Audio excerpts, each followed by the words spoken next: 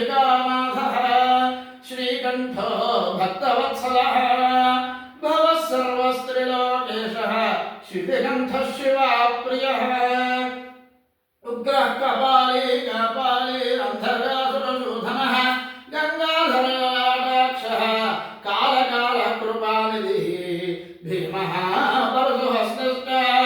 मृगपाणिर्जटाधरः कैलासवासी कवची